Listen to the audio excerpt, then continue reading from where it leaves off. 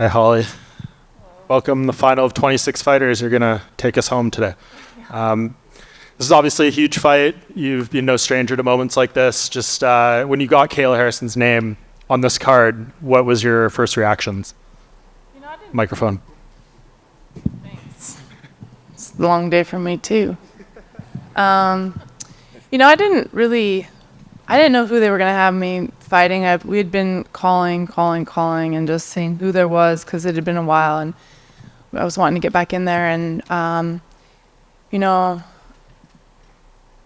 saw a lot of people getting scheduled. A lot of the girls were already having fights coming up, and I was thinking, who else is there, We saw 300 was getting full with all the announcements. And, I think one time in passing, my manager was like, you never know. I mean, it could be Kayla, and which isn't something I always kind of thought maybe at some point in my, martial arts career that it possibly could happen, but really wasn't anything that I really actually thought, would be close or really come to fruition. But when they called, and that was the first I heard of it, was about probably an hour before everybody else heard about it, and I was excited. Why did you decide to bring Cris Cyborg in for this camp? How did you find that beneficial, given that they kind of have different stances and different styles? Yeah. Having another girl that's strong and my size and competed at the top level is always going to be a good training partner. So it's obviously she didn't come in to just stand as a righty and try and throw bombs or anything like that, but she's a very well-rounded fighter. And it was, I have great training partners at home. I always have. I've been very blessed with being able to have good training partners and a good camp and a good team. But to have another female that's my size and of a strong physique and give me that feel was great. I have nothing but positive things to say about training with her. And okay, let's get this one out of the way now. Ronda Rousey has released this book, and she's made a lot of revelation. She said she was concussed when she fought you, had many concussions before. She should be known as the greatest fighter ever, et cetera, et cetera. What's just your reaction when you hear this? Do you feel like she's trying to take away from your win all these years later? Do you think this is accurate? Just give us your thoughts. Well, so everything I say, which I'm sure people will just take parts of what I'm about to say and make it sound how you guys want. But I say this all out of respect. In order to have a big upset like that fight was, you have to have a dominant champion. So without her being so dominant, then I couldn't have been able to have such an upset. But with that being said, I was the better fighter. I was the better fighter that night. And every fighter at this point, if you've made a career of fighting, you've had a concussion at some point. You go back and look at some of my boxing fights and some of the things that I've done, I've definitely had some concussions. So I'll never sit here and use that as an excuse for any loss. And I think that it's probably just hard for her to really want to maybe admit that I was just the better fighter. Was she so dominant and a good champion? 100%. I give her that. But she wasn't better than me, and especially that night. Yeah, nope, fair enough. Last thing on this fight, if you win this one, spoil Kayla's debut, the division's wide open, we've had title changes, Amanda's gone. Do you feel like you're right there? I mean, everyone's talking about what Kayla's going to be capable of doing, but what are you capable of? I'm capable of holding that belt again, and no matter who is there, even if Amanda was still fighting, I would want to get that rematch as well. So no matter who has the belt, I know that I'm still capable, strong enough, healthy enough, to be able to hold that title again. So that's my goal. Actually, sorry, one more. What's your thoughts on Mike Tyson coming back to box Jake Paul? I know a lot of people are worried about Mike Tyson. Some of them are saying, what about his age and stuff like that? But I think it's awesome. You only live once, and it's not like he hasn't been in there. He knows exactly what it takes to get in there. He knows what a fight is, and I love that he still has this passion that he wants to put out there, and I'm excited to watch him. I mean, he's still... He definitely is he's the fastest and most powerful at being like a heavier weight. You look at his actual speed and power. So obviously it's not the same as what he was when he was in his prime, but I want to watch it. I'm curious to see how it comes. Holly, right here. Looking back, I think before Kayla, you were really the last big like marquee free agent that they signed that was a female fighter from another sport, and you made your debut in LA as the co-main event against the current champion, and then now Kayla's making her debut at UFC 300 against the former champion. So I guess, what do you think's going through her mind? Like, because you're pretty much one of the only fighters that has done what she's doing right now. From my mindset, I know the nerves that I felt going into it, but I still feel them to this day, because I feel like if you really don't care, then maybe you wouldn't be nervous, and that's when you need to worry. I know that there's a lot coming into it, not knowing exactly what to expect, but there's a reason why she's been at the top in more than one aspect of, her journey. Is like, she's been in the Olympics and she's been in the PFL. So in order to be at the top and be a winner, she obviously knows what it takes. It takes hard work, it takes dedication, and she's a strong athlete. So I'm expecting a strong, tough Kayla. I expect her to be the best she's ever been, and I'm ready for it. You said you always thought there might be a small chance that you'd face Kayla, but did you think you would be at 135 pounds, given that, her career's been 145, 155? No, I definitely didn't think it would be, this soon or at 135. And I never even put that much thought into it. I just, sometimes I would watch and just think, wonder if her and I ever, cross paths, because that's happened a lot through boxing and MMA. I watch from the outside and I think, I wonder if I'll ever do that. And then I did it. It's, when I first started boxing, it's like, I wonder if I'll ever fight for a title. And then I fought for a title, and then 3 different weight divisions, and they say 19 times. I don't even know exactly how many times I, defended and fought for belts, and that was crazy to me to think that. And then I said I wanted to be a champion in also MMA, and I was the first female to ever do it, and the only, actually. I still think I still stand as the only one to do it. So I definitely have that in me, to want to just conquer whatever comes my way. And so maybe because of having so many opportunities that came my way that I wasn't really sure if would even happen, did happen. I think maybe that's why I always leave space for it. So I would see her fight and think, I wonder if I'll ever fight her. And was there any hesitation to take it at 135, considering, she hasn't made this weight in years? No, there was no hesitation.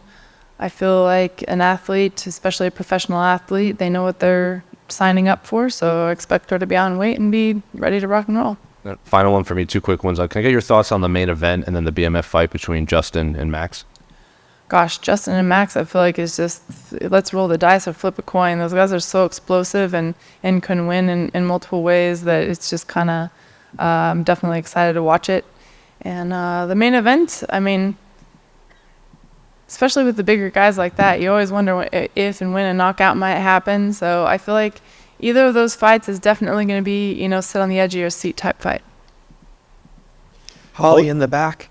Mm-hmm. We've seen you get ready for a high-level judoka before. How much different was the camp and the approach to the camp for Kayla?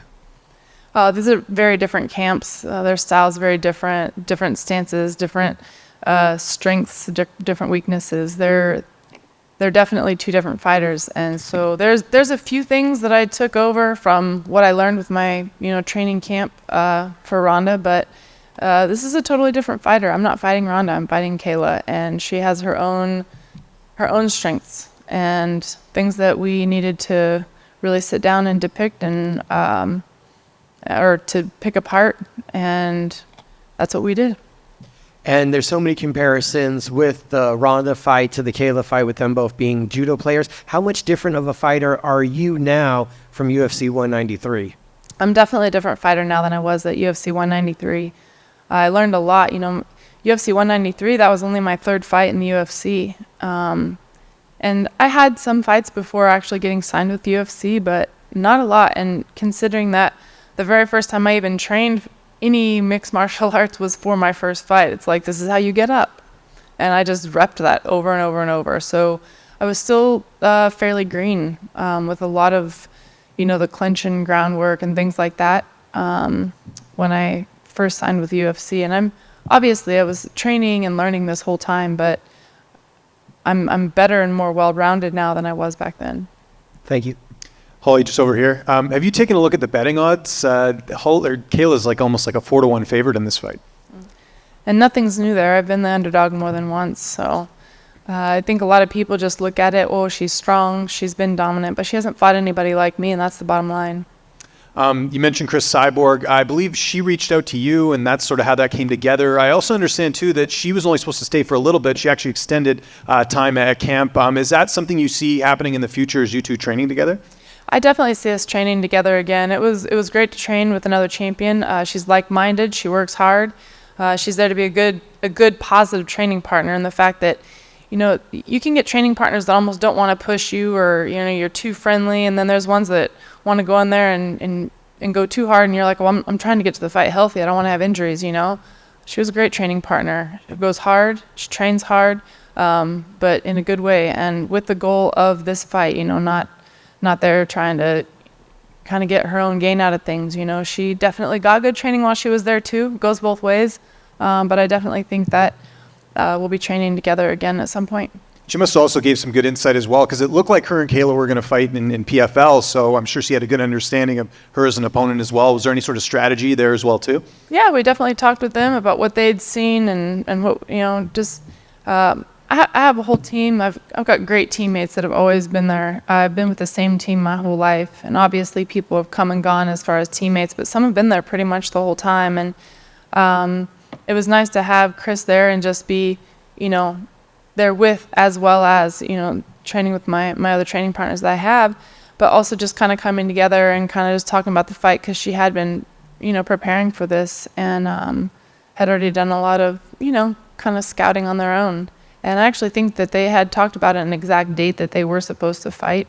I know she was wanting that fight as well. So, but, she's, honestly, I've never really gotten to really get to know her outside of just, I fought her, competed with her, and then since then has been, some things on social media, just, hey, good luck in your fight, or just responding here and there. It's not like I'm not like I've had a lot of in-depth conversations, but just a little bit of communication. And to be able to get to know her outside of fighting, I have nothing but positive things to say about her. She's a stand-up person and a positive person, so I think she means well in life, with, like I said, inside and outside of the cage.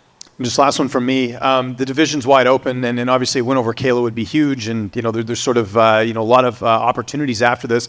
I was curious, do you ever want to have a rematch against Miesha Tate? Would you ever want to get that one back? And I don't know if that was ever even discussed prior to this fight. That was a fight that we had asked for, actually on multiple occasions, but it just hasn't come together. And I also don't want to just go out of my way if it's not something that is ever going to happen. I'm not trying to grab it, just something that isn't even, I just don't want to put all my eggs in one basket and like get stuck on one thing. I want to go after who's the best, and so that's really my main goal. But I think any fighter, if you give them the chance to go back and avenge a loss, they're going to do it, right? So yes, I would like the rematch just for the simple fact that I like to avenge my losses, but also I want to fight whatever path gets me to the belt, because that's who's going to be number one. Holly, back here. Was it tough watching UFC 297, just knowing that you have 2 wins over Raquel and she went out there and just beat down Myra? There's a lot of frustrations when I see stuff like that. But every fight has its own journey, and there's little things that I've gone through here and there, and certain fights that I've been all in or had things that have like kind of had setbacks with, and so it's frustrating to watch, but it's always on me. I don't ever look back and make excuses. If I've ever had something that wasn't successful, it's my own fault for not preparing, for not performing. My preparation has always been good. I always have the best teammates, the best coaches, and I'm always ready. If there's anything that I fall short on, I take full responsibility. But yeah, that was frustrating. There was a lot of stuff going into that fight with Maida, but like I said, I'm not going to sit here and make any excuses. And then to see somebody who I have been victorious over holding the belt, sometimes it's frustrating, but also it's just a reminder that that's where I belong, and I'm still in this game. So you can look at it both ways. Thank you. Sorry, Holly, just 2 prongs off that. Right here again. Meyer obviously did pop after that, and the win was overturned to a no contest. When you reflect on that, do you like still look at it as a loss, or like when you process that, how do you go through it? For me, a win is me winning in the fight. It being a no contest, every fighter knows the rules. So when you get caught with something, that's on you, and you have to live with that. But I'll never sit here and use it as an excuse. But I also, I just look at myself. Everybody's responsible for themselves. She has to deal with her own self for, taking something and popping. A lot of people, it depends on how they put it. It's a banned substance for a reason. So that's something that she just has to deal with. Yeah, and lastly on Raquel, I know you weren't thrilled about like the action in your previous 2 fights. When you think about maybe a third fight with her over 5 rounds, do you kind of dread that a little bit? My fights with Raquel, the first one was my first fight in the UFC, and she was the most skilled at a lot of, out of all the girls I'd fought, she was definitely the biggest challenge at the time. And going into that fight, Raquel can make a fight like messy. She can make it kind of like a dog fight, So going into that first fight, my goal was to try and keep it clean and not get into a dog fight with her. But a lot of people are used to seeing that, so when they don't see it, they're like, oh, I don't know if it's just not what they were expecting. And then the second fight I went in, a lot of what she was good at is being good in the clinch and making, if she can grab on you, to make it a messy fight and make it scrambly and kind of make it messy, and I was able to keep it clean and dominate. So as much as other people didn't like the fight, for me, I was like, well, I was able to control this fight. And if you come from a background where that's your style, then it's good, right? You come from a background where you have knockouts and then you don't knock out, then they're like, well, that's not what I was expecting, I think a lot of times people can go into fights with already like a preconceived idea of how they feel like a fight should go, but the second fight, whether it be the most exciting fight or not, I dominated the fight.